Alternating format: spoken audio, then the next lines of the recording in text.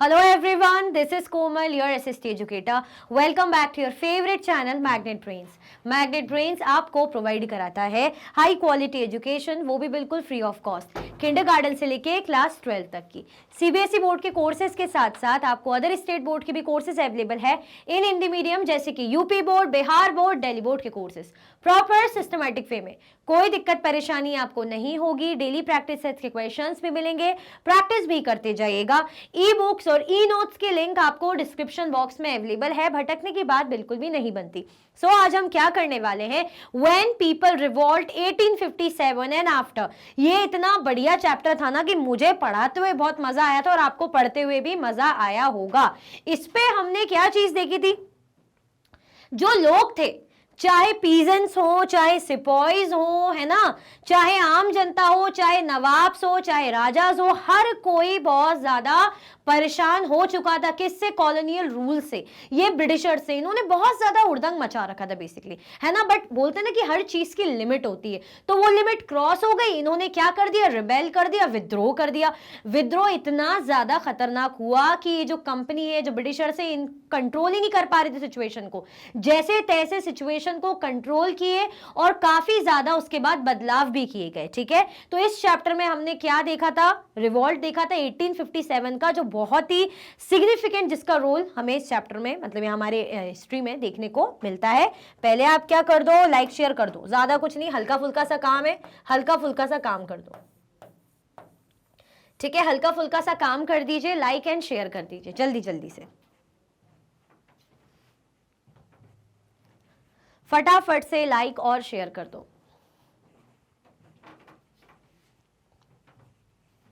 Okay,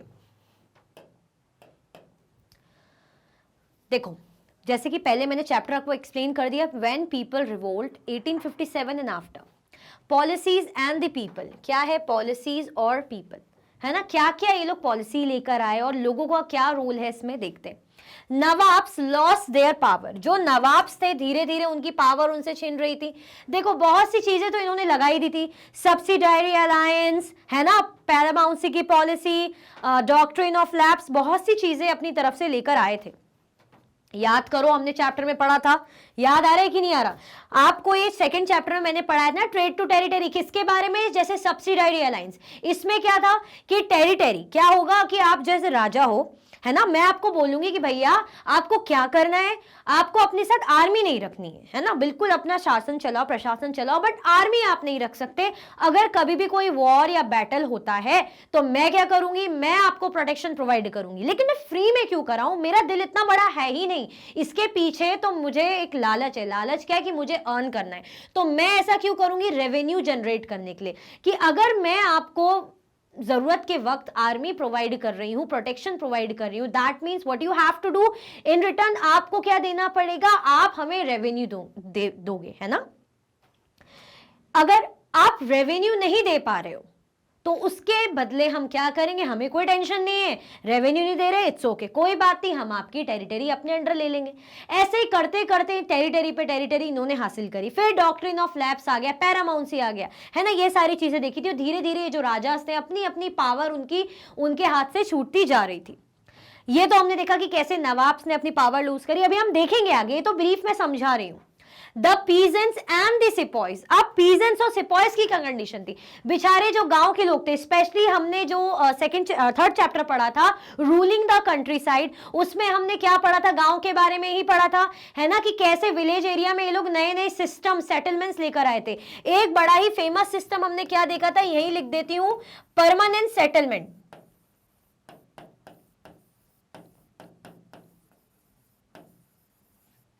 permanent settlement system, कौन सा system, permanent settlement system. Permanent settlement system नाम से ही समझ में आ रहा है, यानी क्या है परमानेंट, यानी क्या है परमानेंट, स्थायी, फिक्स्ड। इसमें ऐसा क्या था, इन्होंने क्या कर रखा था कि देखो, ये है पीजेंट, क्योंकि हमें पीजेंट से रिलेट करके बताना है। चलो, ये पीजेंट्स है, पीजेंट्स, उसके बाद ये क्या है हमारे जमींदार्स। देखो ये रिवॉल्ट या रिबेल इन लोगों ने क्यों किया, रीजन भी तो जानना जरूरी है। हम थोड़ी कि बिल्कुल रीड करके आगे बढ़ जाएंगे। हाँ माइंड मैप है, यहाँ पे आपको मेन टर्म्स दिए, लेकिन उसको एक्सप्लेन करने की रिस्पॉन्सिबिलिटी मेरी है ना। तो समझो ध्यान से, ठीक है, कि इस पॉइंट के पीछे का रीजन क्या है, क्या ये पॉइंट हमें एक्सप्लेन करना चाहता है। पीजेंट्स हो गए, जमींदार, और फिर किससे कनेक्शन जोड़ेंगे वापस से,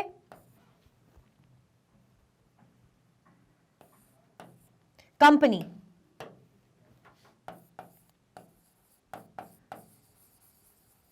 कंपनी हो जाएगी, ठीक है। अब यहां पे हमें क्या देखना है, पीजेंट क्या करते हैं, जमींदार को रेंट पे करेंगे। पीजेंट क्या करेंगे, जमींदार को रेंट पे करेंगे, और जमींदार क्या करेंगे, कंपनी को रेवेन्यू पे करेंगे। पढ़ा था कि नहीं पढ़ा था चैप्टर 3 में, कौन सा सिस्टम, परमानेंट सेटलमेंट सिस्टम, है ना। अब ये सारा सिस्टम ऐसा था कि इनको रेंट रेवेन्यू देना पड़ रहा है। तो अब आप ये समझिए कि किसान है, अब उनको इतना ज्यादा रेंट देना पड़ेगा, जितना वो मेहनत कर रहे हैं, जितना वो प्रोड्यूस कर रहे हैं, उतना उनको, उससे भी ज्यादा ये कह सकते हैं, उतना इनफ उनको प्रोडक्शन वो मिल नहीं रहा है और रेंट देना पड़ रहा है। तो उनके लिए कितने बड़े नुकसान की बात है ना। तो इन रेवेन्यू सिस्टम से, इन टैक्स सिस्टम से बहुत ज्यादा परेशान हो चुके थे, है ना।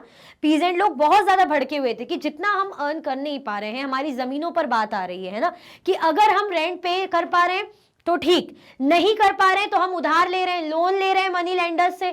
मनी लेंडर्स अगर हमें लोन दे रहे हैं तो ऐसा तो है नहीं कि सिर्फ लोन ही मिल रहा है, उसके बाद जब हम उन्हें वापस करेंगे तो ब्याज के साथ, इंटरेस्ट के साथ देंगे। और इंटरेस्ट भी कैसा चार्ज कर रहे हैं, हाई इंटरेस्ट चार्ज कर रहे हैं।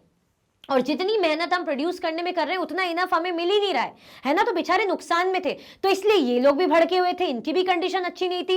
फिर बात करें सिपॉइज की, तो देखो इनकी सेना थी, है ना, जो है आर्मी थी ब्रिटिशर्स की, तो उसमें यूरोपियन सोल्जर्स भी थे, इंडियन सोल्जर्स भी थे। लेकिन as compare to the European soldiers, जो हमारे इंडियन सोल्जर्स थे, है ना, उनकी जो कह सकते एक वो टर्म याद नहीं आ रहा मुझे, क्लास, या क्लास भी नहीं बोलेंगे, उनकी जो रिस्पेक्ट कह सकते हैं, है ना, या जो उनको रिस्पेक्ट मिल रही थी, या उनकी जो सैलरी थी, वो as compare to the European soldiers कम थी, है ना। जैसे मैं हूं और यूरोपियन सोल्जर है किसी सेना में, तो उनको ज्यादा वाहवाही मिल रही है, उनको ज्यादा इंपॉर्टेंस मिल रही है, उनको ज्यादा फैसिलिटीज मिल रही है, और मुझे उतना कुछ नहीं मिल रहा। क्यों? क्योंकि मैं इंडियन हूं। तो इसके कारण बेचारे ये भी परेशान थे कि भाई देखो ना, हमारी पोजिशन इतनी पावरफुल है, ना हमें उतना इंपॉर्टेंस दी जा रही है, ना हमारी सैलरी उतनी अच्छी as compare to the European soldiers. तो ये लोग डिसअपॉइंट हो रखे थे।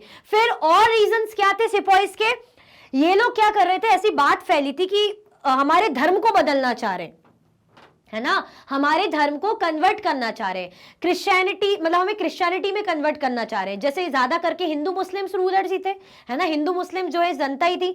तो हिंदूज और मुस्लिम्स को ये लग रहा था, जो सोल्जर्स थे, कि हमें कन्वर्ट करना चाहते हैं, हमारा धर्म भ्रष्ट करना चाहते हैं। तो एक बात फैली थी ना कि जो कार्टिलेज था जिसमें प्रैक्टिस कर रहे हैं वो कारतूस वगैरह में, तो उसमें ऐसा कहा गया था कि किसमें पिग और किसकी काऊ की चर्बी लगी हुई है ना, ताकि ये लोग उसको मुंह पे लगाएं तो क्या हो जाएगा, इनका धर्म भ्रष्ट हो जाएगा। ऐसा सुनने में आया था ना, पढ़ा था कि खबर फैल गई थी कि इन्होंने क्या कर रखा है, कार्टिलेज में क्या लगा रखा है, कार्ट्रिज में, उसमें काऊ और पिग का फैट ऐसे लगा रखा है, ताकि ये लोग क्या करें, जब मुंह पे से लगाएंगे, चलाएंगे कारतूस को, तो क्या हो जाएगा, इनका धर्म भ्रष्ट हो जाएगा। ऐसा हमने देखा था। तो इस कारण और भड़के हुए थे कि ये लोग तो हमारा धर्म बदलना चाह रहे हैं। तो ये कुछ रीजंस पीजेंट्स और सिपॉइज के थे, ठीक है। Now third, response to reforms. अब प्रॉब्लम क्या थी कि ये लोग ये सब चीजों में तो इंटरफेयर कर ही रहे थे, और भी चीजों में अपनी दखलंदाजी कर रहे थे। ये लोग क्या ला रहे थे, हमारे जो भी बने हुए रीति रिवाज हैं, जो भी हमारे परंपराएं हैं, हमारे कस्टम्स हैं, ट्रेडिशंस हैं, उनमें बदलाव ला रहे थे। जैसे पहले सती प्रथा चलती थी, चलो उसको तो मैं अच्छा ही मानूंगी, जो है अच्छा है, लेकिन ये लोग भड़के क्यों थे कि हमारी चीजों में दखलंदाजी कर रहे हैं ना। सती प्रथा, है ना, जैसे हस्बैंड की डेथ हो जाती है तो विधवा जो हो जाती, विडो हो जाती, तो उनको आग में जलना पड़ता है, हस्बैंड की जो है चिता में, जबरदस्ती ऐसा कराया जाता है। तो ये पसंद नहीं आता था इनको, ये लगता था कि ये गवारपन है ना, ये बेवकूफपन है, ये नहीं होना चाहिए, अंधविश्वास है, ये कहीं भी नहीं लिखा है, ये चीजें होनी नहीं चाहिए। तो उन्होंने सती प्रथा बंद करवाने की बात करी, है ना। और विडो जो विधवा है उनकी पुनर्विवाह, दोबारा शादी कर पाए, तो ऐसे ऐसे इन्होंने रिफॉर्म्स करे, चेंजेस करे, सुधारने के काम करे। तो ये तो चलो पर्सनल अगर हम देखें उस चीज को तो ये अच्छा है, इसमें कोई बुराई नहीं है, बट फिर भी लोगों का खून खौल रहा था, लोग बहुत ज्यादा गुस्साए हुए थे कि इतना क्यों ये कर रहे हैं, है ना। तो ये कुछ रीजंस या पॉलिसीज ये हम कह सकते हैं इन्होंने अपनी तरफ से लाई थी, जिसके कारण लोग भड़के हुए थे। क्या क्या हो गया, नवाब्स ने अपनी पावर लूज कर ली थी, है ना, पीजेंट्स और सिपॉइज की जो कंडीशंस थी और जो रिफॉर्म्स को लेके इनके रिस्पॉन्सेस थे। आगे बढ़े, ये पॉइंट समझ में आया, मैंने जस्ट समझाया इन पॉइंट्स को। अभी देखते हैं आगे क्या है। नवाब्स लॉस्ट देयर पावर, है ना, नवाब्स ने अपनी पावर लॉस्ट करी। Since the mid 18th century nawabs and rajas lost their authority and honours, है ना। अगर हम बात करें 18th century, mid 18th century में, तो बहुत से जो नवाब्स थे, ये लोग की क्या हो रही थी, धीरे धीरे नवाब्स और राजा क्या कर रहे थे, अपनी अथॉरिटी, अपने ऑनर को लॉस्ट करते रहते, सब इनसे छूटता जा रहा था। In 1801, a subsidiary alliance was imposed on Awadh. The company began to plan Mughal dynasty to an end. 1801 में subsidiary alliance क्या कर दिया गया, थोप दिया गया अवध पे। subsidiary alliance मतलब क्या, मैं अभी बता चुकी हूँ। इसमें क्या होता है कि आपको प्रोटेक्शन प्रोवाइड की जाती है, आप मिलिट्री नहीं रख सकते। अगर कभी आपको कोई युद्ध करना है, प्रोटेक्शन चाहिए, तो मिलिट्री हम प्रोवाइड करेंगे, उसके बिहाफ में आप हमें रेवेन्यू, या अगर रेवेन्यू नहीं दे पा रहे तो टेरिटरी देनी पड़ेगी, है ना। तो ये थोप दिया था। फिर एक चीज क्या थी कि उस टाइम पे मुगल्स थे, है ना, मुगल्स भले ही उस टाइम पे दमदार अब थे नहीं, बहादुर शाह जफर थे मुगल एम्परर उस जमाने में, उस टाइम पे जब रिवॉल्ट हुआ था, अपराइजिंग हो रही थी, बहादुर शाह जफर एम्परर थे, मुगल एम्परर उस जमाने में, लेकिन वो इतने ज्यादा पावरफुल भी नहीं थे, क्योंकि औरंगजेब हम कह सकते हैं लास्ट पावरफुल मुगल रूलर थे। इसके बाद इसका मतलब ये नहीं है कि बाद के रूलर कुछ थे ही नहीं, पावर ही नहीं थी, उनमें भी थी, लेकिन वो इतने दमदार नहीं थे जितने कौन थे, हमारे औरंगजेब थे, है ना। तो बहादुर शाह जफर भी एज भी हो रही थी, और ये इनको कंपनी की आंखों में, ब्रिटिशर्स की आंखों में चुभते थे कि भाई यही है जो मेन लीडर है ना। तो अब ये इनको आखिरी मुगल घोषित करेंगे। बहुत हुआ मुगल नामा, अब मुगल डायनेस्टी खत्म होगी, यही आखिरी, इसके बाद कोई मुगल डायनेस्टी नहीं रहेगी, है ना। अगर जो बहादुर शाह जफर का बेटा है तो वो गद्दी पे नहीं बैठेगा। लास्ट मुगल एम्परर इन्होंने डिक्लेयर कर दिया था कि सिर्फ बहादुर शाह जफर है, उनके बाद मुगल डायनेस्टी एंड हो जाएगी। इवन इन्हें लाल किले से भी जाना पड़ेगा, रेड फोर्ट को भी छोड़ना पड़ेगा, दूसरी जगह रहेंगे। क्लियर, क्यों, ताकि जो मुगल्स का प्रभाव है राजास पे, नवाब्स पे, वो खत्म हो जाए और पूरा कंट्रोल, पूरा जो राजपाट है कंपनी के हाथ में आ जाए, ब्रिटिशर्स के हाथ में आ जाए। क्लियर हुआ, आया समझ में। तो कैसे कर करके नवाब्स और राजास की पावर धीरे धीरे चली गई। क्लियर, चलो। The peasants and the sepoys. Peasants and zamindars resented the high taxes and rigid method of revenue collection. मैंने अभी बताया ना, जो peasants थे और जमींदार थे बहुत ज्यादा परेशान थे। ये जो इनसे इतना हाई रेंट लिया जा रहा है, ये जो इनसे इतना हाई रेवेन्यू लिया जा रहा है, तो बहुत ज्यादा तंग हुए थे। हमने देखा था ना, जैसे परमानेंट सेटलमेंट सिस्टम की बात करें तो इतने ज्यादा हाई रेवेन्यू चार्ज करे हुए थे कि बेचारे जितना प्रोड्यूस नहीं कर पा रहे, जितने इनकी मतलब इनकी खुद की अर्निंग नहीं हो रही, उतना उनको पे करना पड़ रहा था, है ना। और वो भी फिक्स करके रखा था कि कुछ भी कम नहीं होगा फ्यूचर में, ठीक है। फिर अलग अलग सेटलमेंट, अलग अलग सिस्टम लाए। ये सब कंपनी ब्रिटिशर्स क्यों लेकर आ रहे थे, अपने फायदे के लिए। अगर वो अपना फायदा देखेंगे तो ऑब्वियसली हम इंडियंस का, हमारा तो नुकसान होना ही था।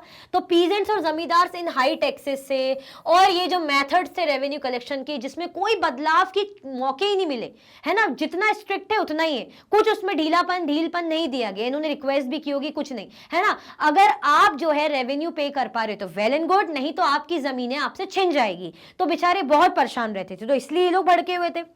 The Indian sepoys in the company were unhappy about their pay allowances and conditions of services. अभी मैंने बताया ना, जो हमारे भारत के सिपॉइज थे, सिपाही का ही जो वर्ड है इन्होंने यूज करा, सिपॉय, वो क्या थे, खुश नहीं थे, अनहैप्पी थे, है ना।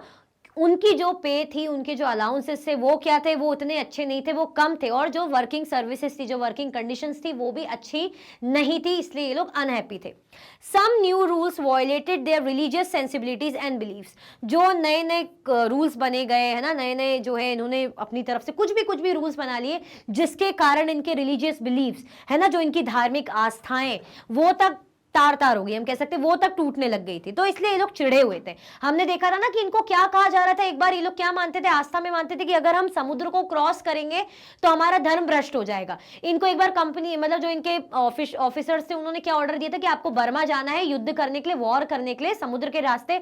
तो इंडियन सिपॉइज ने मना कर दिया था कि हम नहीं जाएंगे। तो इसके फिर इनको पनिशमेंट भी मिली थी, है ना। अब उन्हें नहीं जाना, उनका रिलीजियस बिलीफ है, तो ये लोग रिस्पेक्ट नहीं कर रहे उसकी, तो इसलिए भी ये लोग बेचारे परेशान थे। क्लियर हुआ, आया समझ में? पीजेंट्स एंड सिपॉइस का क्या हो गया? पीजेंट्स और जमींदार्स की बात करें तो high taxes, rigid revenue collection method से परेशान थे, है ना। जो इंडियन सिपॉइस थे किससे परेशान थे? अनहैप्पी थे, जो उनकी कंडीशंस थी, वर्किंग कंडीशन थी, और जो अलाउंसेस थे उससे परेशान थे। सम न्यू रूल्स, जो नए नए रूल्स बने जो किस तरीके उनके जो धार्मिक आस्थाएं, जो उनके बिलीफ्स हैं उसको तोड़ते, तो इसलिए भी वो लोग बहुत ज्यादा, हम कह सकते हैं, दिक्कत में थे। Response to reforms. British believed that Indian society had to be reformed. मैंने बताया था ना, ब्रिटिशर्स ये मानते थे कि हमारी जो भारत की सोसाइटी है ना, जो हमारा रूल्स है, जो बिलीव्स हैं, जो ट्रेडिशंस हैं, उनको क्या करने की जरूरत है? उनमें सुधार लाने की जरूरत है। क्या करने की जरूरत है? रिफॉर्म की जरूरत है। रिफॉर्म का मतलब क्या होता है? सुधार लाना, दोबारा से बनाना। Law were passed to stop the practice of sati and encourage widow remarriage.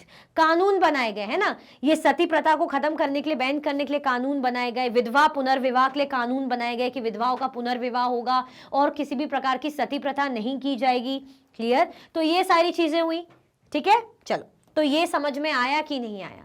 Policies कैसे नवाब से अपनी पावर लूज करी, उसके बाद कैसे जो पीजेंट्स और सिपॉइस का रिस्पॉन्स रहा है, और कैसे रिफॉर्म्स पर रिस्पॉन्स रहा है। चलो, A mutiny became a popular rebellion. अब क्या हो गया? म्यूटिनी। म्यूटिनी टर्म का मतलब पता है क्या? म्यूटिनी टर्म का मीनिंग हमने चैप्टर में देखा था ना। क्या होता है म्यूटिनी का मतलब? क्या होता है म्यूटिनी का मतलब? देखो, जैसे हम सिपॉइज हैं, हमारे कोई ऑफिसर है, उन्होंने कुछ ऑर्डर दिया हमें, है ना, कुछ भी बोला कि भाई आपको ये काम करना है, और हमने क्या कर दिया? ग्रुप में डिसाइड करके बोल दिया कि नहीं, हम ये काम नहीं करेंगे, यानी हम क्या करेंगे? ग्रुप वाइज डिसोबे कर देंगे, उनके ऑर्डर को मना कर देंगे कि हमें नहीं करना, सीधे सीधे नकार दिया, मना कर दिया। तो यानी आपने क्या करा? म्यूटिनी की। तो कैसे ये जो म्यूटिनी है एक पॉपुलर रिबेलियन बन गया, एक पॉपुलर विद्रोह बन गया, ये हमें एक्सप्लेन करना है। क्या क्या पॉइंट्स है? Through the eyes of the people, है ना, किनके थ्रू देखेंगे? किनकी आंखों के द्वारा हम देखेंगे, किनकी आईज के थ्रू देखेंगे? जनता। क्या क्या इन्होंने सहा, क्या क्या इनको दिक्कत हुई, या क्या क्या इन्होंने फेस करी problems. From Meerut to Delhi, है ना, दिल्ली से मेरठ, फ्रॉम हो जाएगा from Meerut to Delhi. Beginning from Meerut, a number of people from different sections of society rose up in rebellions. अब क्या हो गया यहाँ पे? मेरठ से शुरू होते होते जो नंबर ऑफ पीपल है ना, अलग अलग सेक्शन सोसाइटी के अलग अलग जगह से, वो कैसे जो है रिबेलियंस बन गए, रिबेलियस हो गए, विद्रोह बन गए। द रिबेलियन स्प्रेड, कैसे जो रिबेलियन है वो फैला, स्प्रेड हुआ, विद्रोह कैसे कैसे फैला। इन में 1857 मैसिव रिबेलियन स्टार्टेड, और 1857 में बहुत ज़्यादा मैसिव रिबेलियन स्टार्ट हुआ, विद्रोह स्टार्ट हुआ। ठीक है, तो हमसे क्या कहा जा रहा है कि लोगों ने क्या फेस करा, ये चीज़ हम देखेंगे। उसके बाद मेरठ से कैसे दिल्ली तक ये चीज़ें बढ़ी, आगे बढ़ी। उसके बाद क्या हो गया कि कैसे मेरठ से अलग अलग सेक्शन सोसाइटी के, समाज के अलग अलग जगहों के लोग, उन्होंने रिबेल स्टार्ट करा, रिबेलियस बन गए वो लोग, और कैसे रिबेलियन स्प्रेड हुए, विद्रोह फैला, है ना, और कैसे 1857 में जो मासिव रिबेलियन स्टार्ट हुआ। ठीक है, चलो।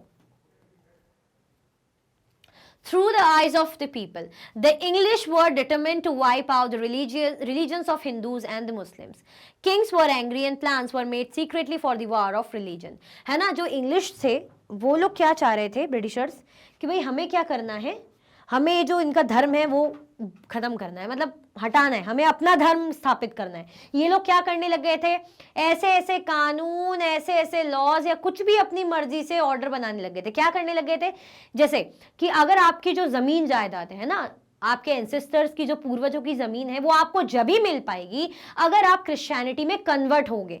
अगर आप क्रिश्चियनिटी में कन्वर्ट नहीं होते हो तो आपकी जो जमीन जायदाद आपको मिलनी है अपने जो है पूर्वजों की, वो नहीं मिलेगी।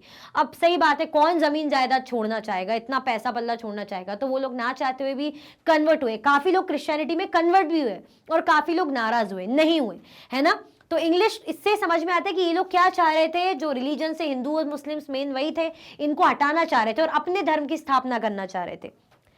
Kings were angry and plans were made secretly for the war of religion. राजा लोग थे ऑब्वियसली बहुत ज्यादा गुस्साए हुए थे, बहुत ज्यादा नाराज थे, गुस्सा थे, है ना, कि कैसे अब ये जो धर्म का जो वॉर है, धर्म के लिए जो युद्ध है, ये हम करेंगे, क्योंकि बात हमारे रिलीजन्स पे आ रही है, हमारे रिलीजन को हटाने की आ रही है, ये लोग अपना धर्म स्प्रेड कर रहे हैं जो कि गलत है। तो इन्होंने प्लानिंग करी, मिले थे ना, हमने पढ़ा था चैप्टर में, लोग ग्रुप में मिले, बात करी, डिस्कशन किया, है ना, और सीक्रेट तरीके से मिले, और किस चीज को शुरुआत, मतलब किस चीज को बढ़ावा मिला, वॉर ऑफ रिलीजन, है ना, किसके लिए मिले, वॉर ऑफ रिलीजन, धर्म के युद्ध के लिए। ठीक है, चलो। फ्रॉम मेरठ टू दिल्ली, अब कहां से कहां तक, मेरठ टू दिल्ली। ठीक है, रुको,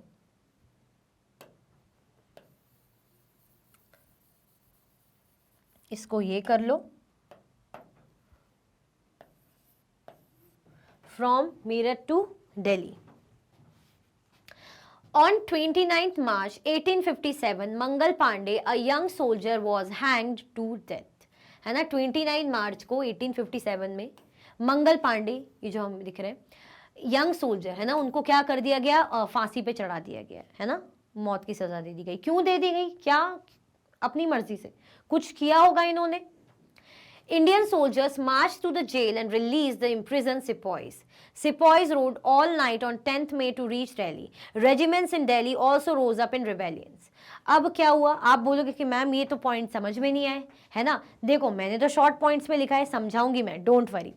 सबसे पहले मंगल पांडे की हम बात करें तो उनको क्यों फांसी की सजा दी गई या क्यों उनको मारा गया, किस लिए, क्योंकि वो अपने जो है ऑफिशियल्स पर अटैक करते हुए पाए गए, है ना। वो क्या कर रहे थे, अटैक कर रहे थे उन पे, यानी अपने जो है लोगों पर अटैक, यानी यूरोपियन लोगों पर अटैक, तो चिढ़ते, है ना। तो इन लोग एक तरीके से गद्दार वाली बात हो गई। और ये क्यों अटैक कर रहे थे वो तो हमें पता ही है ना। तो पकड़े गए, पता चल गया कि इन्होंने जो है अटैक करा, तो इसलिए इनको फांसी की सजा सुना दी। अब दोबारा तो ऐसा तो है नहीं कि माफ कर देंगे, रिस्क कौन ले, है ना। ठीक है, अब और भी चीजें हो रही थी, जैसे हमने बताया था कि काफी जो सिपाहीज थे इस चीज से तो ऑलरेडी गुस्सा ही थे कि ऐसा कर दिया। फिर कुछ टाइम बाद ये हुआ कि कुछ सिपाहीज ने जो है कार्टिलेज का जो है कारतूस, उसको उससे प्रैक्टिस करने से मना कर दिया कि हम इससे प्रैक्टिस नहीं करेंगे। क्यों प्रैक्टिस नहीं करेंगे, क्योंकि मैंने बताया ना कि खबर फैला दी गई थी या कुछ ऐसी बात फैल गई थी कि इस जो कार्ट्रिज में, इस कारतूस में क्या है, गाय और जो है पिग की चर्बी या फैट लपेटा हुआ है, लगाया हुआ है, लेप लगाया हुआ है ना। अगर ये लोग उसको छुएंगे, टच करेंगे तो क्या हो जाएगा, इनका धर्म भ्रष्ट हो जाएगा, है ना। तो इसलिए बहुत ज्यादा गुस्साए हुए थे, साफ मना कर रहे थे कि हम ड्रिल नहीं करेंगे। अब इन्होंने मना कर दिया प्रैक्टिस करने से, तो आपको क्या लगता है ये लोग मान जाएंगे, शांत हो जाएंगे? ये लोग क्या हो गए, जो ऑफिशियल से नाराज हो गए, इन्होंने क्या कर दिया, इनको वही जेल में डाल दिया, है ना, और क्या कर दिया, हटा दिया, मतलब जॉब से हटा दिया और जेल में डाल दिया, ऐसा कुछ हो गया था। ठीक है, Indian soldiers march to the jail and release the imprison सिपाहीज। अब उसके बाद का ये कि अब जो बाकी के जो इंडियन सोल्जर्स थे वो बहुत गुस्सा है, वो क्या करके गए, जेल तक गए, और जो भी सिपाहीज थे जिनको जेल में डाला गया था, मतलब जेल के अंदर डाल दिया गया था, सजा दे दी गई थी, उनको क्या करा, उनको छुड़ाया जेल से, है ना, इम्प्रिजन करा, यानी जेल से छुड़ाया। गुस्सा हो गए थे ना सबको कि पहले तो एक तो वैसे ये लोग हमें परेशान कर रहे हैं, हमारे धर्म पे बात आ रही है, दूसरा क्या हो गया, मंगल पांडे को भी मार दिया, फिर थर्ड चीज क्या हो गई कि ये लोग प्रैक्टिस करने से मना कर रहे हैं तो इनको वही नौकरी से हटा दिया, यानी कुछ कहने का, कुछ बात रखने का कुछ फ्रीडम ही नहीं है। उसके बाद क्या हो गया, उसके बाद ये सिपाहीज गुस्से में थे, इन्होंने सोच लिया था, ठान लिया था कि हम जाएंगे जेल जाके और इनको छुड़ाएंगे, तो ये लोग गए, जेल से छुड़ाया। सिपाहीज rode all night on 10th May to reach Delhi. सिपाहीज पूरी रात मतलब ट्रैवल करके, है ना, वो करके कहां पहुंचे, दिल्ली पहुंचे, है ना। इतना ज्यादा इनके अंदर गुस्सा भरा हुआ था। Regiments in Delhi also rose up in rebellious. अब क्या हुआ, जो रेजिमेंट्स थे दिल्ली में वो भी धीरे धीरे क्या हो रहे थे, विद्रोह दिखा रहे थे, वो भी विद्रोही मतलब गुस्सा दिखा रहे थे और वो भी विद्रोह कर रहे थे। क्लियर, धीरे धीरे हिम्मत बढ़ती ना, तो कहां से पहुंचे, मेरठ से पहुंच गए दिल्ली। क्लियर हुआ, चलो। The rebellion spread. Regiments after regiments multiplied and took off to join other troops at Delhi, Kanpur and Lucknow etc. अब रेजिमेंट पर रेजिमेंट, एक के बाद एक के बाद एक के बाद हर कोई एक दूसरे को ज्वाइन कर रहा है। पहले कहां पहुंच गए, सबसे पहले हमने क्या देखा, मेरठ से आ गए दिल्ली, दिल्ली से हो गए कानपुर, है ना, उसके बाद लखनऊ, और ऐसे करते करते अपराइजिंग अब फैल रही है। अब लोग बहुत ज्यादा गुस्से की आग में हैं, अब लोगों में जोश जाग रहा है, जज्बा जाग रहा है ना। धीरे धीरे अब ये जो है रेजिमेंट्स पे रेजिमेंट्स या ये चीजें हम बोल रहे हैं, रिबेलियन बढ़ रहा है। Nana Sahib of Kanpur, Birjis Qadir of Lucknow and his mother Begum Hazrat Mahal, Rani Lakshmibai of Jhansi, Rani Avantibai Lodi of Ramgarh organized the uprising against the British. अब क्या हो गया, नाना साहिब थे कानपुर के, ब्रिजेस कादिर लखनऊ के थे, मतलब कहाँ कहाँ से अपराइजिंग उठा, हम वो इसी की बात कर रहे हैं, है ना। और उनकी मदर कौन है, हजरत महल, रानी लक्ष्मीबाई झांसी की, रानी अवंतीबाई लोधी रामगढ़, इन्होंने क्या करा, ब्रिटिशर्स के अगेंस्ट अपराइजिंग करा, है ना, यानी अपराइजिंग नहीं बोल रही, अपराइजिंग करा, क्लियर। अब धीरे धीरे विद्रोह उठ रहा है ना, सर उठा रहा है, और ज्यादा ही उठ गया हम तो बोलेंगे, ऐसा नहीं कि अब हल्का से ही उठा है, अब धीरे धीरे विद्रोह बढ़ गया है, क्योंकि आप देख रहे हो ना, मेरठ से होते होते एक शहर से दूसरे शहर से होते होते अलग अलग जगहों पर फैल चुका है, लोग बहुत ज्यादा इस चीज को लेके क्या हो गए थे, इवन छोटे से छोटी जगह के लोग भी इतने ज्यादा हिम्मत उनके अंदर आ गई थी, इंकरेज हो गए थे, मोटिवेट हो गए थे अंदर से देख के कि भाई अब हाँ हमें अब कुछ तो आजादी मिलेगी बढ़िया तरीके से, खुश हो गए थे वो लोग, ठीक है। इवन इन्होंने ये भी करा था, ये लोग ये भी मान रहे थे कि चलिए हम अगर ब्रिटिशर्स को खदेड़ देंगे, क्योंकि जो कि हमें करना ही है, इनको तो खदेड़ना ही है, तो हमारा लीडर बनेगा कौन। तो इन्होंने किसको सोचा था कि हम लीडर किसको बनाएंगे, अपना बहादुर शाह जफर को। बहादुर शाह जफर ने मना भी किया, थोड़ा वो सोच रहे थे कि भाई अब मैं क्या करूं, वैसे भी एजेड हो चुके थे वो, और उनको पता है कि ब्रिटिशर्स के सामने में इतना कर कुछ पाएंगे नहीं हम, बट फिर भी जब उन्हें लगा कि लोग कर रहे हैं, इतना विद्रोह है लोगों के अंदर और इतना ज्यादा गुस्सा भरा हुआ है और लोग इतना ज्यादा हिम्मत दिखा रहे हैं, तो इसलिए वो लीडर बनने को तैयार हो गए थे। और उन्होंने काफी जो फरमान भी भेजे थे वो दूसरे राजास को, है ना, लेटर्स वगैरह जो हम कह सकते हैं, ताकि वो लोग ज्वाइन हो, वो लोग आए, सब इकट्ठा हो, है ना, और मिल के क्या करें, रिबेल करें, ठीक है। चलो, द कंपनी फाइट्स बैक, लेकिन ठीक है बहुत कुछ हुआ, कहां से कहां, एक जगह से दूसरी जगह रिबेल फैलता गया, होता गया, लेकिन कंपनी ने हार नहीं मानी। कंपनी घबरा गई थी, डर गई थी, जगह जगह से मुंह की खाने ने पड़ रही थी, आम से आम इंसान भी अब इनसे नहीं डर रहा था, बल्कि उल्टा ये लोग डर रहे थे। जैसे तैसे इनकी बैंड बजी गई थी, बट फिर भी इन्होंने, वही बात है ना कि मुसीबत झेलने के बाद कोशिश करी, तो कंपनी ने क्या करा, फाइट बैक करा कि भाई अब हमें भी पलट के लड़ना पड़ेगा, तो कंपनी ने फाइट बैक करा। दिल्ली वॉज रिकैप्चर्ड इन सितंबर 1857, कोशिश पूरी करी इन्होंने, और लगभग ये अपराइजिंग को शांत करने में ऑलमोस्ट 2 साल लग गए थे, तो सोचो कितना खतरनाक तरीके से रिवॉल्ट हुआ होगा, है ना, क्योंकि सब जगह तो फैल गया था ये, सब जगह लोग बहुत गुस्सा हो गए थे, और बस अब तो आज़ादी चाहिए, मतलब चाहिए, ऐसे हाल हो गए थे, वो बात और तब मिल नहीं पाई, ठीक है। सबसे पहले इन्होंने क्या करा, दिल्ली को रिकैप्चर करा, सबसे पहले ये काम करा, क्योंकि दिल्ली इंपॉर्टेंट प्लेस थी। The company decided to repress the revolt with all its might, company पूरी कोशिश कर रही थी कि रिवॉल्ट को तो रोकना है कैसे भी करके, बहुत ज्यादा सीवियर हम कह सकते हैं, बहुत ज्यादा स्ट्रिक्ट पॉलिसीज इन्होंने अपना ली, भाई जो दिख रहा है मार रहे हैं, शूट कर रहे हैं, जो हो रहा है मार पिटाई, और जो कर सकते हैं सब इन्होंने किया, है ना, डरा के धमका के जो हो पा रहा था, बस अपराइजिंग को रोकना था, कम करना था, ये इनका मोटिव था। अब चाहे मारना पड़े, चाहे कुछ भी करना पड़े, तो कंपनी ने डिसाइड कर लिया था कि हमें रिवॉल्ट को दबाना है, कुछ भी जो भी हमें करना पड़े। Bahadur Shah Zafar was sentence to life imprisonment and sent to Rangoon, इन्हें रंगून की जेल में मतलब भेज दिया गया, वहीं लाइफ मतलब उम्र कैद, वहीं बेचारे रंगून चले गए। People continue to resist and battle the British. The British had to fight for 2 years. फिर भी बैटल चलती रही। सबसे पहले तो दिल्ली को कैप्चर करा, इनको भेजा जेल, है ना। फिर भी ऐसा नहीं कि एकदम से मामला शांत हो गया, थे लोगों के अंदर थोड़ी सी अभी भी आग भड़की हुई थी कि कर सकते हैं, कुछ कर सकते हैं, बट हो नहीं पाया, है ना। फिर भी जो है लगे रहे, ब्रिटिशर्स को ऑलमोस्ट 2 साल लग गए मामले को शांत करने में। क्लियर हुआ, आया समझ में, चीजें कहां से कहां शुरू हुई, सब जगह से सब भड़के हुए थे, चाहे सिपॉइस की बात करें, चाहे पीजेंट्स की बात करें, है ना, चाहे हम जमींदार्स की बात करें, या आम इंसान की बात करें, या राजास की बात करें, नवाब्स की बात करें, सब परेशान हो चुके थे, सब ने रिवॉल्ट करा, रिबेल करा, और मेरठ से दिल्ली से लखनऊ होते होते फैला। बट क्या हुआ, फाइनली कंपनी ने कमर कस ली, और थोड़ा सा इनका जो है इन्होंने खेला, और फाइनली ये भी जीतने ही लग गए। तो इन्होंने ये सारी चीजें करी, जिसके कारण ऑलमोस्ट हमारे हाथ से अब समझो हो गया, रिवॉल्ट निकल गया था। ये यहाँ पे चीजें हो गई थी, मैं जब पढ़ा रही थी मैं बोल रही थी कितनी अच्छी बात है, मजा आ रहा है, बट एंड में मजा चला गया। बट ठीक है, वो मजा भी अच्छा लगता है कि इतनी इन्होंने स्ट्रगल करा। आगे बढ़े, चलो। All ruling chiefs of the country were allowed to pass on their kingdom to their heirs, including the adopted sword. British Parliament transferred the power of East India Company to the British Crown. यहाँ पे क्या हो गया था, यहाँ पे देखते हैं आफ्टरमाथ, इसको देख लेते हैं, ये वही है उसके बाद का, कोई दिक्कत नहीं है। देखो ब्रिटिश पार्लियामेंट ने क्या करा, अब देखो रिबेल जब क्लोज हो गया, ठीक है, जैसे तैसे इन्होंने शांत कर लिया जो है विद्रोह को। तो आपको क्या लगता है, विद्रोह को शांत करने के बाद कुछ बदलाव नहीं किए होंगे क्या? होता है ना कि जैसे हम बोलते कि अरे यार इस बार तो मम्मी ने वार्निंग देके छोड़ दिया है, लेकिन अब गलती नहीं करेंगे, अब ध्यान रखना पड़ेगा, अब हमें चेंज करना पड़ेगा अपने जो है हरकतें हम करते हैं, है ना, पढ़ते नहीं है, बस खेलते रहते हैं, मूवी देखते रहते हैं, कार्टून देखते रहते हैं, तो अब थोड़ा सुधरना पड़ेगा, नहीं तो मम्मी गुस्सा हो जाएगी, फिर तो हो गया, है ना। तो ऐसी कंपनी को समझ में आ गया था, या मतलब ब्रिटिशर्स को समझ में आ गया था कि अभी तो जैसे तैसे तो हमने विद्रोह रोक दिया है मेहनत करके, जो कि ऑलमोस्ट हमारे हाथ से निकल ही गया था, अब हमें क्या करना पड़ेगा, थोड़ा सा चीज़ों को ढील देनी पड़ेगी, थोड़ा सा इनके फेवर में कुछ करना पड़ेगा इंडियंस के, तब जाके ये लोग शांत होंगे, अदरवाइज मुश्किल है, दोबारा इन्होंने रिबेल कर दिया तो हैंडल करना मुश्किल है। तो इन्होंने क्या करे, चेंजेस करे। Aftermath, The British Parliament passed the new act in 1858 and transferred the powers of the East India Company to the British Crown. जो ब्रिटिश पार्लियामेंट थी उन्होंने क्या करा, न्यू एक्ट पास करा 1858 में, और क्या हो गया इस एक्ट के तहत, जो पावर थी किसके पास थी, पहले कंपनी के पास पावर थी, कंपनी को हैंड ओवर करके रखा था, पर उनको ये लगा कि कंपनी इन मैटर्स को, पॉलिटिकल मैटर्स या हमारी कंट्री के मैनेजमेंट को नहीं मैनेज कर पा रही है ना, नहीं इनसे संभल रहे हमारे लोग, हमारी कंट्री, तो पावर किसके पास चली गई, ब्रिटिश क्राउन के पास पावर चली गई, है ना, ब्रिटिश गवर्नमेंट या हम के पास, शाही उनके मामलों के पास, उनके पास चली गई जो भी पावर्स थी, कि अब हम लोग हैंडल करेंगे, आप रहने दो, आपसे नहीं होते बन रहा है ना, आपने तो जो करना था कर लिया, बैंड बजा दी, जैसे तैसे हम बचे हैं, तो अब पावर किसके पास शिफ्ट हो गई, ब्रिटिश क्राउन के पास, ठीक है। Second, all ruling chiefs of the country were assured that their territory would never be annexed in future. They were allowed to pass on their kingdoms to their heirs including adopted sons.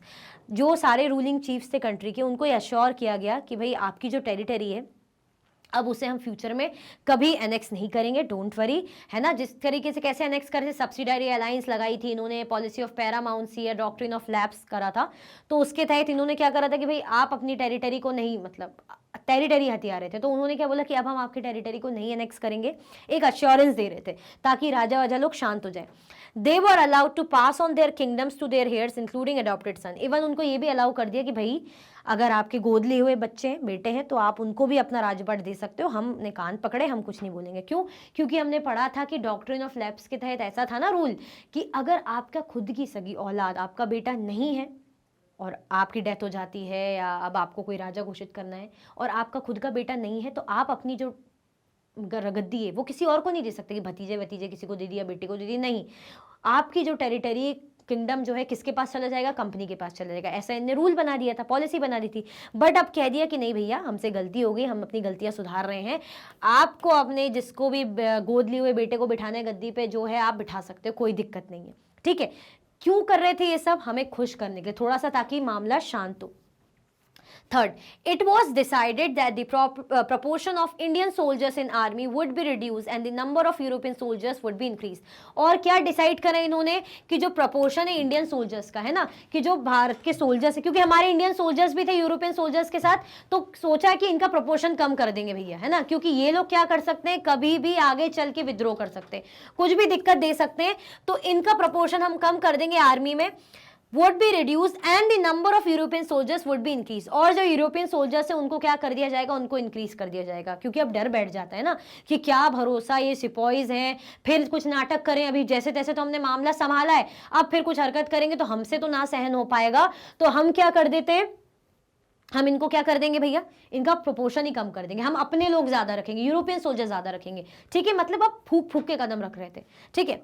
The British decided to respect the customary religious and social practices of the people in India. जो Britishers थे उन्होंने decide करा कि जो भी इनके धार्मिक चीजें हैं, जो भी इनकी रिलीजियस चीजें हैं, कस्टम्स है, प्रैक्टिसेस हैं, जो करना है आप कीजिए, है ना, आपको अब हम रोकेंगे टोकेंगे नहीं, दखलंदाजी नहीं करेंगे, जैसे पहले कर रहे थे ना कि ये नहीं हो सकता, वो नहीं हो सकता, ये बैन कर दिया, वो बैन कर दिया, वो मना कर दिया, तो अब कुछ नहीं, अब आपको जो करना है आप कीजिए। तो ऐसा किसने कर दिया था, इन लोगों ने, ठीक है। Policies were made to protect landlords and zamindars and give them security of rights over their lands।